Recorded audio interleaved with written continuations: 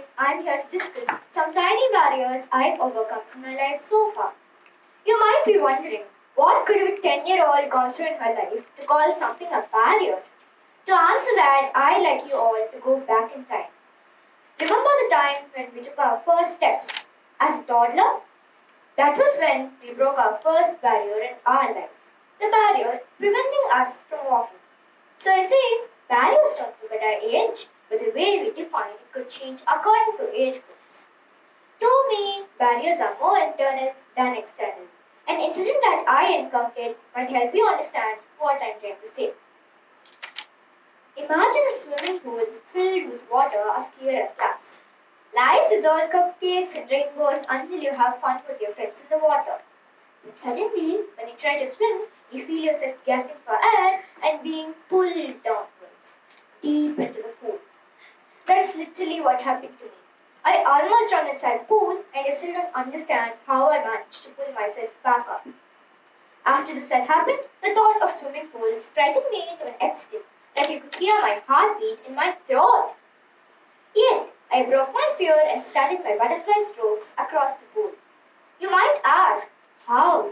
It all comes from practice and a little push from the people around you. Moving on, I wanted to share another incident with you all. When I came to the school as a new student 10 years ago, it was extremely hard for me to fit in. New classroom, new classmates, new environment. Everything was new. I refused to go to school and adapt to the new environment. I stayed home for almost 2 days just because I didn't have familiar faces around me. But I can't keep doing this. I realized fear was the barrier and I must focus on the positive side. A whole new environment could give me a plethora of opportunities for learning and for communicating from and with the people around me. When I prepared myself to start this journey and start making new friends, a major obstacle arrived. My first assembly. I got the chance to become the narrator of the show. And right when I stepped on the stage, I forgot all the words and started sweating like crazy. And then a teacher came running towards me to give me the script.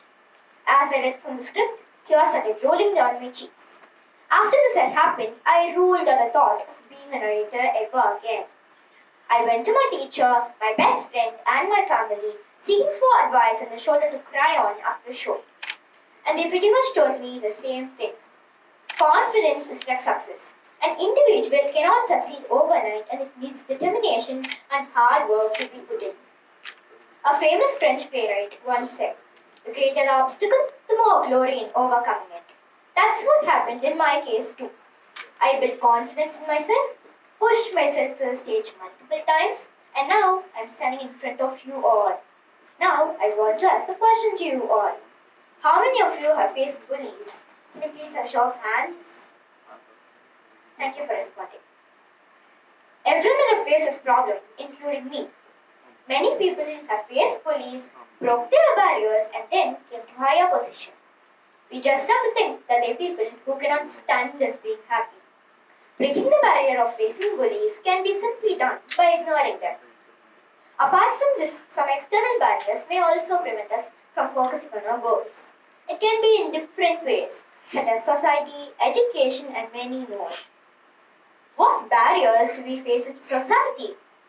Now, women work as firefighters, industrial workers, and CEOs of a company which was restricted in the olden times. Slowly but surely, we are breaking barriers in society. As evidence, I can say that the world has developed over time in education through online learning and inclusive learning. Online learning makes it easier and more accessible for people around the world. Back then, we couldn't have studied from home, but now we can. In addition, we also have more access to resources than earlier. This breaks the barrier of location, and no matter where they are, the students can learn from the best teachers. Schools and institutions are getting more inclusive, from supplying resources to trained teachers. This guarantees that every child has an opportunity to succeed in life through proper guidance from the teachers. In society, communication is really important, but many of us struggle to communicate. It can mainly occur due to language barriers, cultural barriers, and information overload. Firstly, imagine this. You're new to an area, and when you go there, you will face barriers due to the new language and culture. We can break this by slowly learning their language and speaking with them. Secondly, huge chunks of data without a break can cause information overload. Information overload can make people feel overwhelmed and confused. Maybe you're a new employee and an experienced employee is explaining procedures that takes a lot of time for you to process. You ask the experienced employee to repeat, which makes him or her to roll their eyes. This is one such barrier. Thirdly, communication has become easier due to technology. Global connectivity connects people around the world. This breaks the barrier of communication and information sharing. We have to understand that communication is not just related to words, but is also related to emotions. What if you cannot understand others' feelings and express your emotions to others? That is called emotional communication barrier, where you have to carry your emotions with you. We can break these barriers by improving our listening skills, talking with people more often, building positive emotions, and doing little trust acts. If you look at barriers from a national perspective, many farmers are relying on a company to get their seeds and manure, which is not sustainable. Relying on a company is not sustainable because the cost can get expensive and a farmer cannot afford that much. We can do sustainable farming by buying native seeds for the first time and after producing our own seeds. And manure can be made from the waste materials.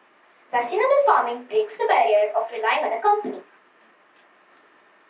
However, in my opinion, external barriers can only be solved when people come together with social awareness campaigns and movements. But internal barriers starts with us.